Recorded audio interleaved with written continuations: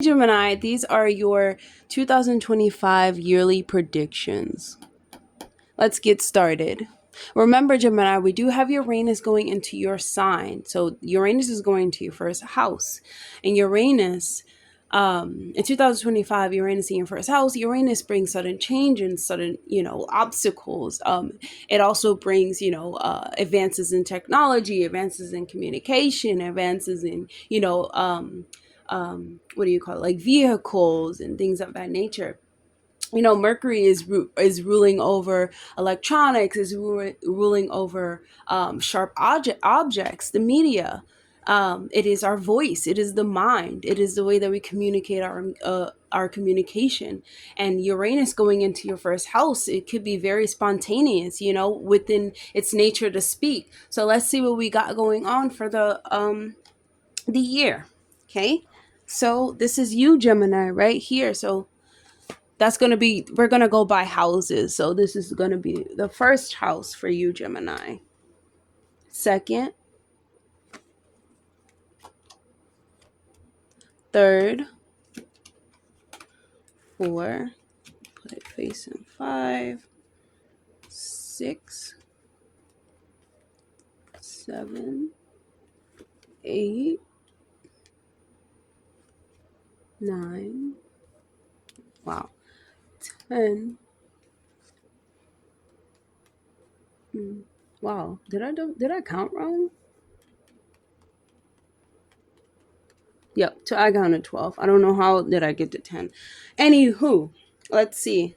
So okay, so Gemini, first card for you is going to be five of wands, and this is the beginning of the year, or this is you feeling as though you must fight for the things that you have, or as something is opposing you, because Uranus is so erratic. It always feels like things are just happening and things are just, out of the ordinary. However, Uranus is also like working together. It's networking, it's groups and communities and furthering those things, it's spaceships and aliens and things of that nature.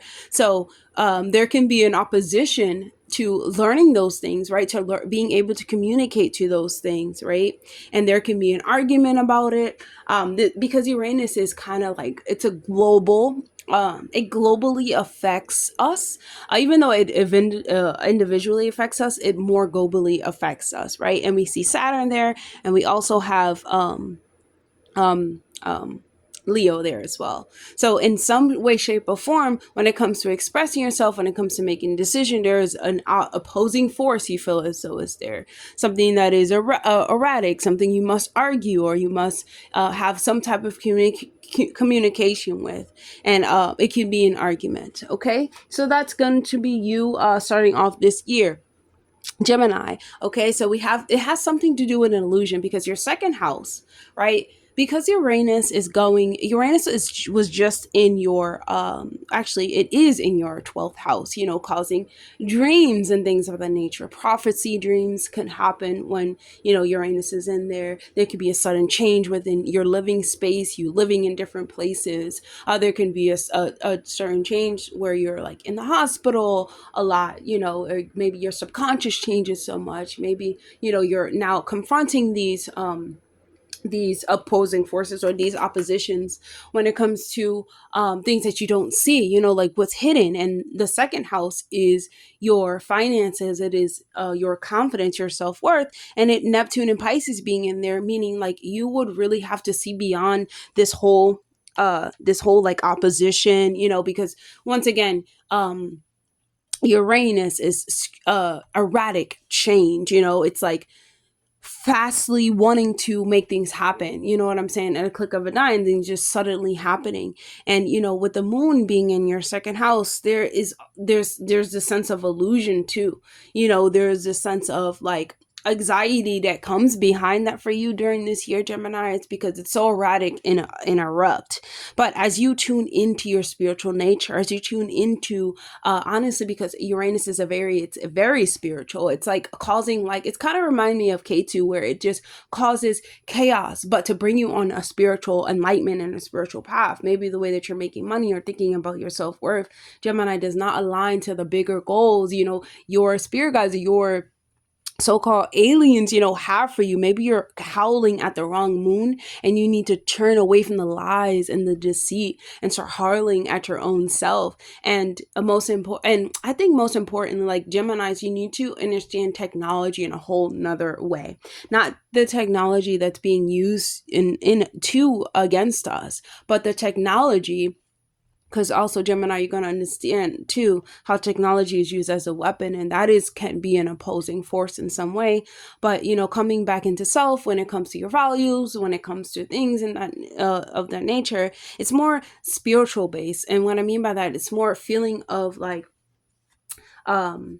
there's limitless, there's no limit. I have no limit on the things that I can create and make happen, because this is your house of the voice. It's a house of the voice. It's a house of your resources become more, you're not so attached to them. You know what I'm saying? You're more attached to what you can learn and which ways you can communicate through science, through because you're talking about Uranus, through astrology, through nature, through things that are go above and beyond what we have been taught in school. So that right there is going to build up your self-worth, and you're going to be able to get in and move your way beyond that illusion that you feel around you. There is no opposing force, Gemini. There is only the opposition of technology that you feel, because our bodies is electricity. Our body is electricity. We're made of technology. And Uranus being in the first house of the body, Geminis will really start to see and like their emitters, and how their hair is connected to the ethers, but it's also like antennas, and it's also indicators, and how their fingerprints are sensors, and they'll really start to see this and become aware of this. And it'll I'm not sure where it cut off, but yes, it's like you're more than you think, Gemini. And third house, you have the Empress, and this is in Leo. In my opinion, this is extremely great. This is the divine feminine. This is the one who's creative, the one who's nurturing. This is Taurus's energy, Venus, giving, loving. Someone who speaks as this as well, and they're able to communicate the godliness and the divine feminine through nature, because they're talking about the third house. I mean, we're talking about the third house. So it can be, you speaking now with a sense of confidence. You're speaking now with a sense of movement. Like, you now understand that abundance exists in different ways, not only through creativity. I mean, well, it can be expressed through creativity. It can be expressed through confidence. It can be expressed through indulgence. It can be expressed through the child. It can be expressed through children. There's so many different ways to access creativity. And the third house and the Empress being in there is the sense of beauty and fulfillment that you feel when you are able to express yourself authentically. But you must, because you are the Empress and this is your voice, you have a lot to say, and it can bring a lot of beauty in connection and bringing others together, because the third house is your siblings. It's Mercury's house, so it's electronics and things of that nature. But these things bring people together, right? And there is a need for this within your third house, or within your communication this year, 2025. Gemini, you will be asked to speak a little bit more. And so your fourth house, okay? Fourth house in Virgo, it's our foundation of life, where we first learn our emotions from our parents, where we first learn that we have ancestors, it's our intuition, it's our voice of reason, right? And so the Wheel of Fortune, your fourth house, there are cycles in life that we are experiencing, because fourth house is our house of tradition. We have things that we're used to. We have things that we're used to doing on a daily basis. We have things we're used to saying, patterns that our families and mothers and fathers have instilled in us, and even siblings as well. And there's always a gamble, it's like, which one is really the best one? And usually if it leads you down a path of fear and rejection and all of these things, they may be stemmed from your family's curse or karma. And what I mean by this is that your energy is not focused in the right way. And the fourth house is that. The fourth house is like your emotional intelligence. It's like what you focus on. It's what feeds you and fulfills you emotionally. And you have the Wheel of Fortune in your hands. you have the gold of, like, you have the pot of gold, Gemini. You have the luck behind this. Speak to yourself. I won't say speak to yourself. I will say experience your destiny, and experience your like ancestry in beautiful ways, understanding that you don't, there are bad qualities, but there are so many great ones, right, to work with. And we're talking about Jupiter and Pisces. There are many, there are multiple, there are limitless, you know, they're expansive. What can I learn now? There's so many things that we can do and use our gifts on, but it all starts with our foundation based family members, right? It all starts with our ancestry. It all starts with us. And so you have everything that you need to change your direction of your line, you know, of your lineage, Gemini. It's all up to you. And because it's in Virgo, this also has to do with health. Health plays a big part in our life. The way that we eat plays a big part in the way we think, the way we see, who we attract, and who we allow in our life, and honestly who we become, who our children become. The way that we eat is so important. Also, the way we think, the way we show up in our lives, these are important. Our attitude and environment are very important.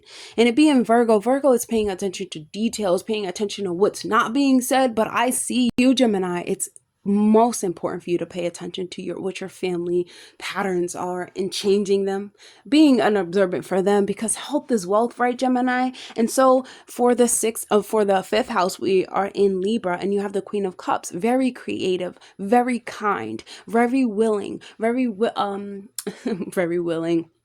you know, willing to listen, willing to be a nurturing, willing to have that helping hand and listen to someone. You know what I'm saying? The fifth house is the house of expression. So you are able to express yourself authentically, Gemini, but also being that listener, because a Libra is ruling over your fifth house. You have the power of a judge. You have the power of Anubis. You have the power to make decisions that are really impactful and that can help the next person. So because the fifth house is a house of, you know, partying, it's a house of dating, it's a house of you know, indulgence and self-expression, expressing yourself authentically and expressing that divine feminine, understanding that the fifth house is the house of the sun, but you have Libra in here, and Libra is the house of, you know, relationships. It's the house of partnerships. Other people will expect you to be empathetic towards them, to listen to them, and to, you know, see them for more than what they are, right? To see their potential and all that stuff. They expect a lot from you this year. I'm talking about fifth house because Gemini, with Uranus going into there, I really do feel like parts of your light codes are awakened within your mind, and you're starting to see how technology actually feeds us. And the fifth house, I know I just got off track, but like the fifth house, and you know, you being kind and supporting and listening to others, you know, that you're in relationships with, you know, that you're helping, can really help the next person, Gemini. You do have a lot to say and offer this year. And because fifth house is the house of Libra, as I keep saying, I know that you're going to make the right choice, and I know that you're going to differentiate who really needs your voice and really needs your guidance, right? Okay. And then we have the sixth house. Your sixth house is Scorpio, and the Lovers is in your sixth house. This is Gemini energy for you, Gemini. So once again, like, your partnerships play a huge part in your health, your work, your service to the world. They play a huge part in how you can use your the mysteries of the world, the intensity, digging deep what's underneath the world, and apply it to your relationships and unionships, apply it to your health, understanding that, you know, we're talking about the house of Scorpio. So it's like, hey, I can go to a dream and actually admit a lot of healing in myself, a lot of sexual healing from my partner, sexual healing from myself, and healing overall in general. You know, the Lovers is a partnership. I do feel as though it's like, it's a soulmate connection. We're made for each other, right? And you know, because this is the sixth house of Scorpio wants to merge, Scorpio wants to become, Scorpio wants to really dive in deep with someone, you know, really see how it feels to go you know, to drown themselves with another but in a sense to where it's like, we have overcome so much. We have risen, we have fell, and now we have risen like the phoenix. Like we become gods together. Like, you know what I'm saying? It's very togetherness, you know, and there is a togetherness when it comes to health, when it comes to wellness, when it comes to how we can apply these things to our everyday life. We can work together and do these things. So if you are in a partnership, Gemini, please spend some time doing certain spiritual practices with your partner. This can push you so much further. And because I see Mercury in Gemini, it's going to help you overall with your life experience. This is beautiful. Okay, and then we have the 7th house, Sagittarius, the Chariot. Okay, the moon and Cancer. So Gemini, this is your 7th house of partnerships, of relationships, and it's in Sagittarius. So expect to go places, expect to be determined to go places. And understanding that, like in the unionships, you have to have a direction, right? Because, you know, Sagittarius is our direction of life, you know, is our free spirit, where we're going, like we're going somewhere, you know, we're going on this grand adventure that's going to teach us about life, because that's what life is actually about, right? And so Gemini, there is this like need to focus on that with your in your unionships, and these can be in business partnerships and work, you know, because the 7th house lights up the 1st, you know, the 4th and the 10th. So your direction in life is really important to you and really important to where your relationship is headed. And so just remain, you know, ambitious, you know what I'm saying? And then remain and have a direction in life. And that's where your relationships flourish. Okay. 8th house, we are talking about the house of Scorpio in Capricorn.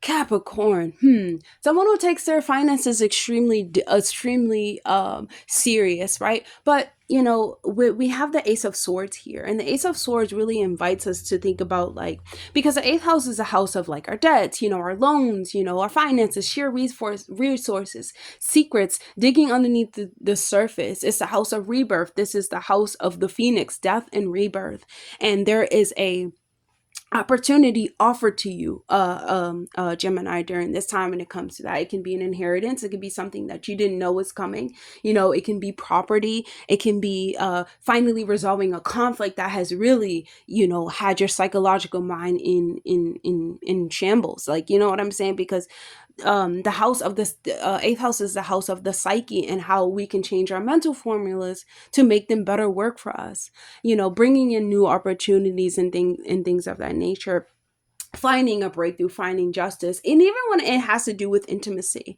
But because we're talking about Capricorn, the Capricorn energy gives me a sense of structural, like finance. You know what I'm saying? How can I really save money? How can me and my partner really work out our monies together? And do we have to use technology, right? Do we have to use you know, when I say car, I mean, like, you know, Uber Eats or something like that. Like, do we have to go above and beyond? You know what I'm saying? Like, we really, not above and beyond, but we really would have to use our messages from spirit, because the 8th house is the house of spirit as well. Digging underneath the surface, but you're going to get answers. And these are experiences that come because it's like a new experience, and this is, you know, like a positive this is a positive way to look at this house, being offered something new, right?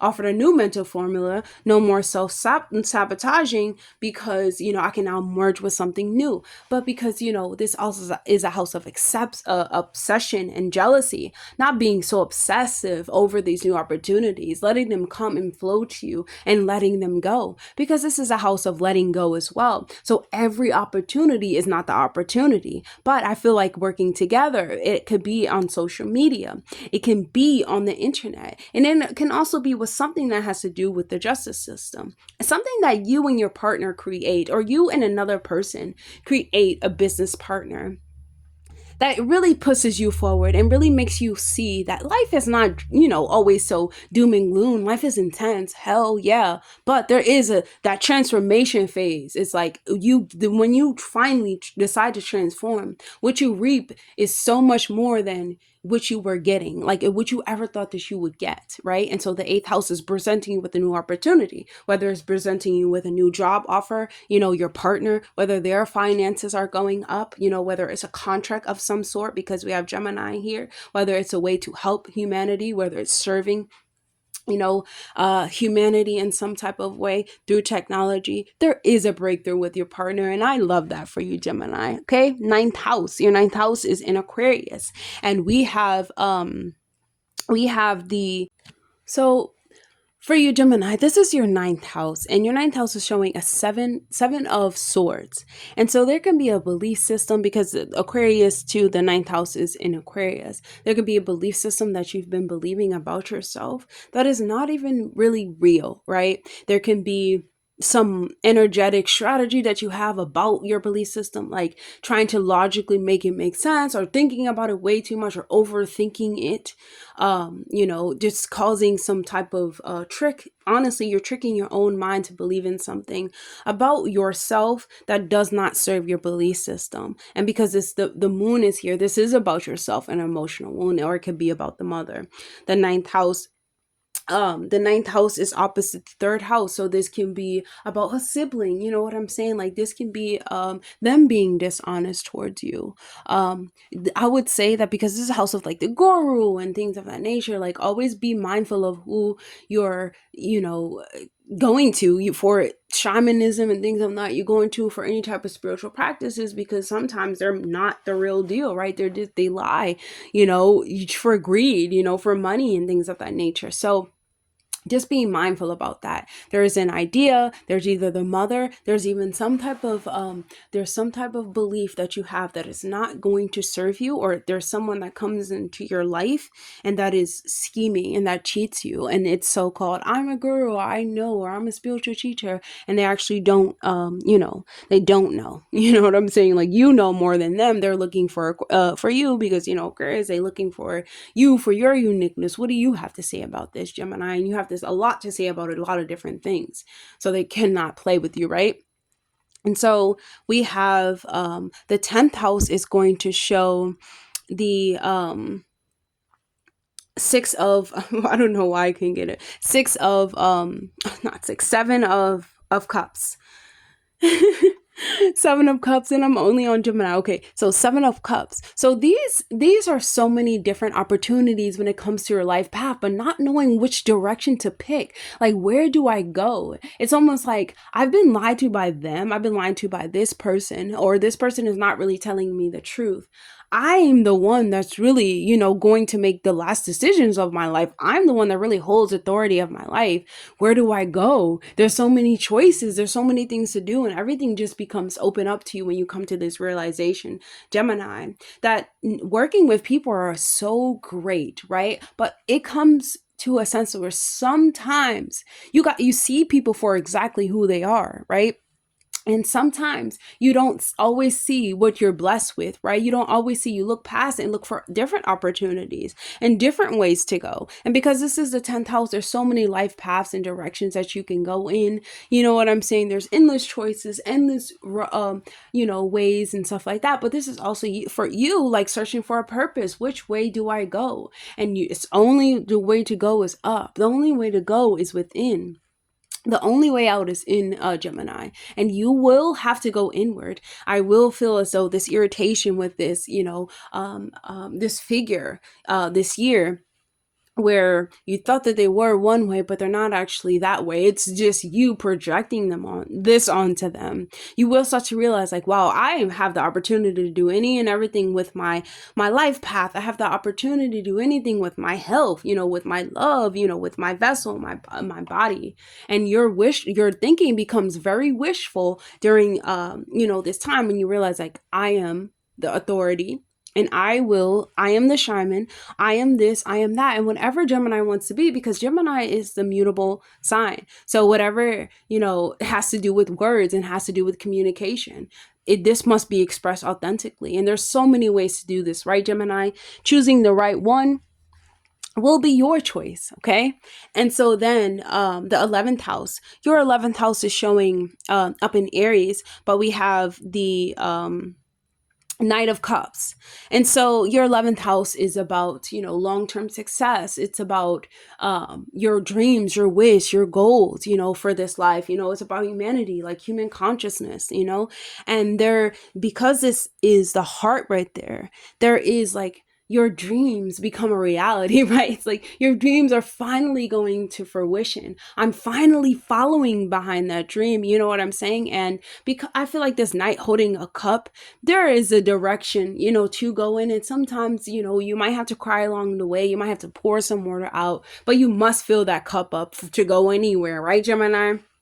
And because this is your 11th house of people, of adoption, of higher siblings and things of that nature, there is somewhere that you're going and somewhere that you're heading, and it will bring you a lot of grace. But pouring out those cups of the virgins that don't serve you, but letting like-minded people empower you, embody you, and letting your long-term goals or whatever you think should, the success of humanity should be, you being truthful towards those things. Like, your heart will make your dreams come true. Letting your heart move you, in a sense, too, will help you make decisions about where you need to go in your life. And for you, Gemini, like I said, this is your 11th house, and this is in Aries, and Aries is a very, it's the first of the zodiac. It is the baby of the zodiac. It's you, it's the self, you know what I'm saying? It's what you can physically do, and this is you physically doing. However, you know what I'm saying? Like, if you have to cry, sometimes you gotta let stuff, you gotta pour it out, you know what I'm saying, to make room for more. And I feel as though that's where the heart, space comes in.